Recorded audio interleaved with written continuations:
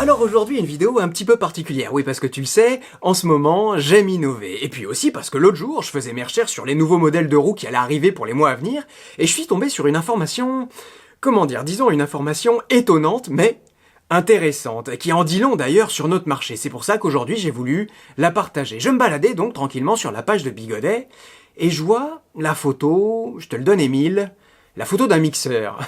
Oui, alors évidemment, j'ai tout de suite pensé à une erreur. Je me souviens qu'une fois, Kingsong avait laissé des images d'ameublement sur leur page. En vérité, ils avaient juste créé une nouvelle page, ça s'appelle un template. Quand tu fais des pages internet, t'as des modèles prédéfinis. Ils te mettent des produits, et après, toi, tu mets la photo de ton produit à toi. Et eux, ils avaient oublié de remplacer ces produits-là. Et donc, ils avaient laissé une page entière avec des photos d'ameublement. Je me souviens plus, je sais pas si j'essaierai de te la montrer si je la retrouve. Et donc, j'ai pensé à ça. Je me suis dit, ils se sont trompés. Pourquoi il y a un mixeur au milieu de tout ça? Sauf que là, cette fois-là, ça avait l'air franchement bien intégré. Donc, j'ai ensuite pensé à une blague. Et si ça avait été le cas, franchement, c'était plutôt rigolo de leur part. Sauf que, autant la performance, c'est l'ADN de Bigodet, autant l'humour, pas trop. Donc, pour avoir des réponses, je les ai contactés. Et, tiens-toi bien, oui, ils m'ont confirmé. Bigodet se lance dans l'électroménager. Et je croyais, moi, qu'en 2022, on avait tout vu, on dirait qu'en 2023, il y aura aussi un bon lot de surprises qu'on va avoir. Et donc, si on réfléchit un peu, et c'est ça le but de cette vidéo d'aujourd'hui, c'est pas con comme idée. Qu'est-ce qui manque de façon drastique chez Bigodet pour faire des objets quasiment parfaits? C'est de l'argent. Ah, c'est des moyens. Et pour le moment, cet argent, je te le dis souvent, ils l'obtiennent en vendant le fruit de leur recherche, comme on dirait, ce qui donne une stratégie commerciale très particulière dans laquelle les clients, franchement, ont du mal à se retrouver. Et donc, ils décident de prendre de l'argent là où il est, pour financer leur recherche sur les nouveaux modèles. De loin, comme ça paraît presque parfait. Tu sais, à l'image de ce que fait, de façon tout à fait époustouflante d'ailleurs, il faut bien le reconnaître, le monstre chinois Xiaomi, qui vend de tout, et le fait très bien. Xiaomi, ils vendent d'abord un best-seller, je dis d'abord, mais en fait, il n'y a pas d'ordre chez eux, c'est ça qui est vachement bien fait. J'espère que chez Bigodet, il restera la roue en priorité. Mais Xiaomi, ils vendent la M365, qui est une trottinette best-seller, vraiment que tout le monde a sous les pieds quasiment, et qui a été déclinée ensuite. Mais ils vendent aussi tout. Ils vendent des téléphones portables, des aspirateurs, des vidéoprojecteurs, des lampes de bureau, des humidificateurs d'air, des pompes à vélo. Ils vendent aussi cette pompe à vélo que tout le monde a quasiment. Bon, peut-être que j'exagère si je dis tout le monde, mais tu vois, c'est des produits vachement bien finis, très bien. Franchement, Xiaomi, c'est parfait. Et si Bigodet peut s'inspirer de ça, franchement, on a, je crois, tous à y gagner. Bref, c'est pas ça notre sujet. Enfin, si, c'est ça notre sujet. Notre sujet, c'est qu'enfin, dans la roue électrique, un fabricant qu'on a donné plusieurs fois pour mort, va pouvoir renaître de ses cendres et avoir, enfin, peut-être, le moyen de ses ambitions. Tu sais, finalement, en Chine, j'ai l'impression que c'est un modèle économique comme un autre. Si on regarde bien, avant, il y avait Ninebot, qui faisait clairement, on peut le dire sans avoir peur de se tromper, qui faisait clairement les meilleures roues du marché. Mais comment il finançait tout ça? En vendant des trottinettes à côté. D'ailleurs, le département trottinette a pris le dessus et... ils ont abandonné la roue électrique pour notre plus grand regret. Et d'ailleurs, je te parle des fabricants chinois, mais tous les magasins, en Europe et même ailleurs dans le monde, comment ils font pour vendre de la roue électrique? En vendant des vélos ou des trottinettes à côté. CQFD, pour faire de la roue, il faut savoir se diversifier. Alors oui, on peut s'étonner qu'ils se mettent à faire des mixeurs. Ça, c'est vrai. Mais bon, les trottinettes, on dirait que c'est pas leur truc. Alors, tu sais, ils avaient tenté la trottinette assise, là, le mini-kart, mais à deux roues, le K4 ou K5, puis K6 même, je crois. Et franchement, pour l'avoir, moi, testé, j'avais trouvé ça génial. Sauf que, tu vois, ils restaient dans leur ADN, c'est une niche dans la niche. Donc c'est pas avec ça qu'ils feront du chiffre. Alors, comme à leur habitude, ils auraient pu continuer à rogner sur la qualité. Mais ils ont bien compris maintenant qu'ils allaient droit dans le mur avec cette façon de penser. On voit bien d'ailleurs que depuis peu, les roues se sont améliorées, notamment la EX30 pour pas la nommer, et que moi, j'ai franchement adoré.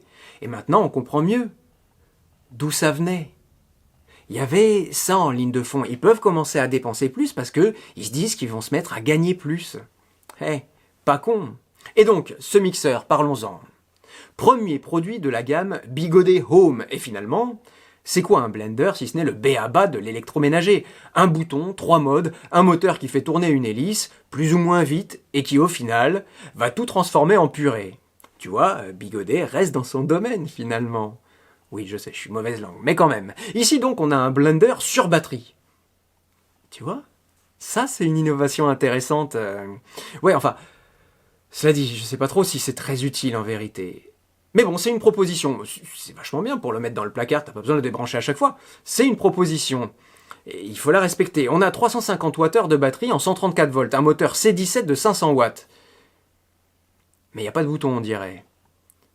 Bah, c'est peut-être que c'est contrôlé par l'application. Bon, moi j'aime pas quand il n'y a pas de bouton, je te le dis d'entrée. Revenons un instant d'ailleurs sur la batterie. C'est pratique, quand t'as pas de prise disponible, t'as pas besoin de te contorsionner pour débrancher le grille-pain ou la machine à laver. La machine à café. La machine à laver, c'est plus compliqué en effet. Là, tu prends le mixeur et ça marche tout de suite. Bon. Et puis ça fait franchement plus clean sur le plan de travail. Qui veut pas un plan de travail nickel le soir, le matin? Moi en plus j'ai une cuisine américaine, donc t'as la cuisine dans le salon quoi. Donc tu veux vraiment que ce soit bien fait. Ça me plaît. Oui, sauf que à un moment donné, bah la machine sans fil, il faut quand même la charger avec un fil. Et du coup ce fil là, où il est? Bon, après on retrouve à peu près tout ce qu'il y a sur un mixeur. Le récipient il est assez grand, bien contenant, 1,7 litres, et je crois que c'est dans la norme haute du domaine. C'est bien pour préparer des soupes pour toute la famille et pas avoir à faire 3 fournées. Il est surmonté d'un couvercle, avec un joint silicone tout autour permettant d'assurer une parfaite étanchéité.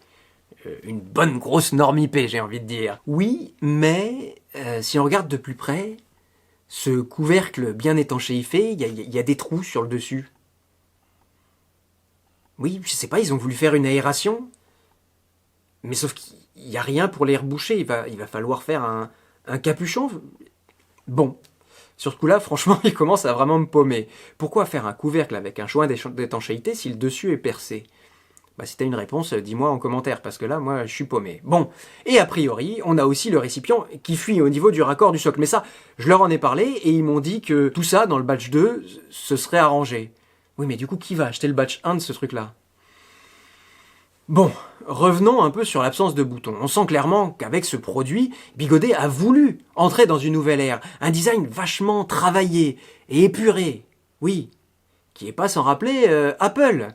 Jusque-là, le Apple de la roue, c'était InMotion. On est tous d'accord. J'ai derrière moi la V13, on en reparlera. J'ai voulu changer le pneu et pour le coup, waouh, en 20 minutes, t'as tout démonté. Il y a rien qui déborde, il y a quelques vis.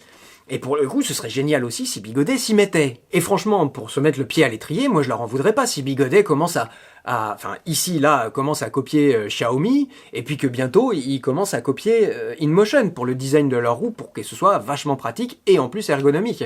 Tu sais, en Chine, je crois que je t'en avais déjà parlé sur la chaîne, on dit que la copie, c'est pas un déshonneur, au contraire, c'est pour honorer celui qu'on copie. C'est pas juste pour lui piquer des idées. Et bah ça, moi, ça me plaît, surtout quand c'est pour aller vers le meilleur, quoi. Et alors oui, c'est très bien s'ils se mettent à faire des trucs de qualité. Mais ici, si on résume, quand même, le couvercle, on en a parlé. Il y a aussi l'hélice à remplacer, les vis, là, à changer, la batterie à recharger avec un chargeur dédié, mais qui est pas livré. Ah, il y a aussi que si tu reçois un appel pendant que tu es en train de lancer, que tu as lancé ton mixeur, parce que donc tout se gère par l'application.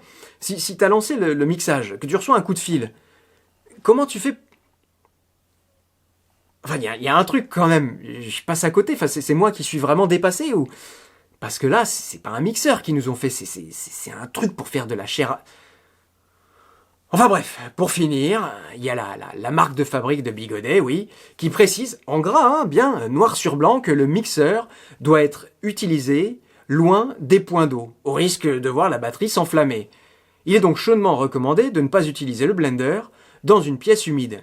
La pièce humide dans nos appartements, dans nos maisons, c'est les toilettes, la salle de bain et, je te le donne Émile, la cuisine. Bon, c'est du Bigodet dans le texte. Alors voilà, je crois qu'on en a vu assez, on a eu de l'espoir, c'est vrai, et l'espoir, disons qu'il aura duré le temps qu'il aura duré. On a cru que les choses allaient changer, mais si t'es encore là, et que tu crois encore les conneries que je suis en train de débiter depuis 10 minutes, que je suis en train de te raconter, c'est que tu t'es fait avoir, toi aussi, comme l'an dernier.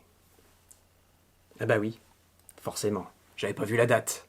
La bonne nouvelle, c'est qu'en effet, si ce mixeur avait existé, il aurait pu te faire de la soupe de poisson à volonté. Il faudrait juste ajouter un bouton marche-arrêt, oui, pour pouvoir déguster sans laisser un doigt dans la machine, comme ça m'est déjà arrivé. Allez, Oublie pas de garder le sourire, d'avoir de l'humour, et je te retrouve plus sérieusement la semaine prochaine pour une nouvelle vidéo et un vrai sujet. Allez. Et post-scriptum. Alors dis-moi à quel moment t'as lâché dans la vidéo, à quel moment tu t'es dit non bah bon ça va, on est le 1er avril, c'est terminé. Ça m'intéressera pour essayer de faire mieux l'an prochain. Mais on est dans le post-scriptum et là je reviens sérieusement. Alors c'est difficile de reparler sérieusement parce que tu vas croire que tout ce que je te dis c'est faux. Si tu me suis sur Instagram, t'as vu que j'ai voulu changer le pneu de ma V13. Tu sais, le pneu de la V13 c'est un pneu cross. Et moi j'en ai un peu ma claque des pneus cross, j'ai voulu mettre un pneu ville. Bon. Et c'est là que ça... Je t'ai dit, comme je t'ai dit, le démontage, c'est parfait, franchement. Mais après, il a fallu trouver un pneu ville. Et le problème, c'est que donc tu vas piocher dans... C'est trop gros pour être un pneu vélo, il faut aller piocher dans les pneus de scooter. Le problème, c'est que j'imagine, enfin j'ai cru comprendre du coup, après toutes mes recherches, ça fait une semaine, vraiment, toute ma semaine, je l'ai passé là-dessus presque. C'est des normes asiatiques. Donc, ils ont un pneu de 80 mm de large. Et en France, des pneus de 80 de large, bah, faut s'accrocher pour en trouver. Je me suis dit que je prendrais un 90 et qu'en le gonflant, il s'allongerait et que ça passerait. C'est pas passé. Bon, en plus, il était très serré. Du coup, en voulant monter et démonter, j'ai complètement pincé, comme on dit, pincé la chambre à air. La chambre à air... pour te prouver que je dis pas des conneries, la chambre à air, elle est là. Et c'est marqué dessus, c'est une chambre à air aux normes moto, tu vois. On peut lire ici, 3,25,3 par 16. Sauf que ici, il faut que ce soit coudé. Pourquoi? Je te montre pas le moteur, parce que la jante est trop fine. Donc si jamais tu mets une valve droite, bah, tu peux pas la gonfler. Donc il faut que la valve soit coudée. Tu regarderas sur ta roue, toutes les valves de roue sont coudées. Et donc, j'ai pincé ma truc. J'ai été rendre le pneu, merci beaucoup au magasin Gomme, tu regarderas Gomme pneu, Gomme moto. Vraiment adorable, ils m'ont dit bah prends-le, tu testes, si ça marche, si ça marche pas, bah tu me le ramènes. Donc je leur fais un petit chapeau, un petit coucou, et voilà, je me retrouve avec une V13 et le bec dans l'eau. Impossible de trouver, on a contacté InMotion, ils ont dit ah bah non mais moi si tu veux des chambres à air, bah je te les mets dans le bateau et ça part et dans 2 mois tu les auras. Voilà. Alors, je suis en train de remuer ciel et terre pour trouver une pauvre chambre à air. J'ai quand même l'impression que je frappe pas aux bonnes portes. Je me dis, il y a bien quelque part un truc. Si toi, t'as une idée, il y a bien... Mais voilà, tu vois, et ça, on n'y pense pas quand on fait la review. On se dit, ah, elle est super à rouler, machin, mais on pense pas aux pièces détachées. Parfois, je t'en parle un peu, justement, en parlant de Bigode. Mais on s'aperçoit que tout le monde a son lot de surprises, quoi. C'est pas étonnant hein, de pincer. Alors là, je te dis, le pneu était très serré, j'ai été comme un cochon. C'est pas étonnant de pincer une chambre à air, sauf que là, j'ai appelé tous les magasins de motos de Paris, de motos, de scooters. Alors, quand t'appelles les magasins de vélo, ils disent ah bah c'est trop gros pour le vélo. Quand t'appelles les magasins de scooters, ils disent ah bah c'est trop petit pour la moto. Et au final, bah tu tournes en rond et t'as pas de solution. Je baisse jamais les bras, mais voilà, je me dis, quelqu'un qui a fait ça pour lui, qui se retrouve tout seul dans mon cas, moi j'essaye encore une fois de contacter tout le monde, mais voilà. C'était encore une fois pour parler de ce côté design universel dont on a déjà parlé. C'est pas vraiment ça le design universel, on en reparlera peut-être. J'ai déjà une personne qui n'est pas le monsieur X à proprement parler, mais qui m'a dit qu'il voulait faire un sujet sur le design universel, parce que je pense qu'en effet, là on est... Enfin voilà, je tenais à partager ça, et j'ai l'impression que c'est quand même un peu... T'auras remarqué que ce que dénonçait un peu cette vidéo, c'était la particularité de nos roues qui font que... ils font des trucs, des machins qu'il faut remplacer, mettre ici, celle-là. Sur la V13, pareil, tu vois, il y a des jolis crash bars orange devant, mais il n'y a pas de béquille. La béquille, elle vient à l'arrière. Si on la met, on écrase le garde-boue. Donc et puis, moi, j'ai essayé de faire un truc, je te montrerai peut-être un jour, pour pouvoir la mettre devant, comme EUC Clubhouse a fait, et qu'on peut poser la Sherman sur le devant. Sauf que pendant que j'ai fait ça, la roue a basculé, ça a tombé, c'est tombé. Et donc, tu vois, on parle d'InMotion qui fait de la super qualité. Et pour le coup, je trouve que c'est vrai. Encore une fois, le démontage a été époustouflé.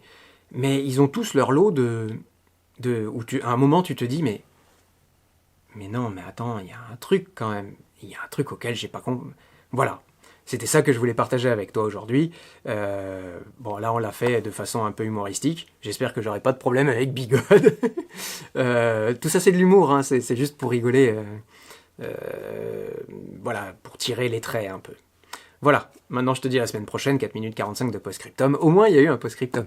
Voilà. J'espère que tu as compris le sujet. Il y avait quand même un cadre, même si tu as l'impression que ça part dans tous les sens. On aimerait bien être traité comme... Mais on pourra jamais. En fait, c'est ça le sens. C'est que tant qu'on vendra des roues par-ci, par-là, tant qu'on sera tributaire, tant que les shops, tant que les magasins seront tributaires d'autres objets pour pouvoir continuer à assouvir la passion des wheelers, ça marchera jamais. Mon papa, il me disait tout le temps, il faut être dans la vie indépendant et autonome. Et là, clairement, la roue électrique, c'est un constat. Elle est ni indépendante, ni autonome. Si demain, moi, je veux monter un shop, juste de roues, parce que le reste m'intéresse pas, je pourrais pas. Ou alors, donne-moi des idées en commentaire et je les prendrai. Allez,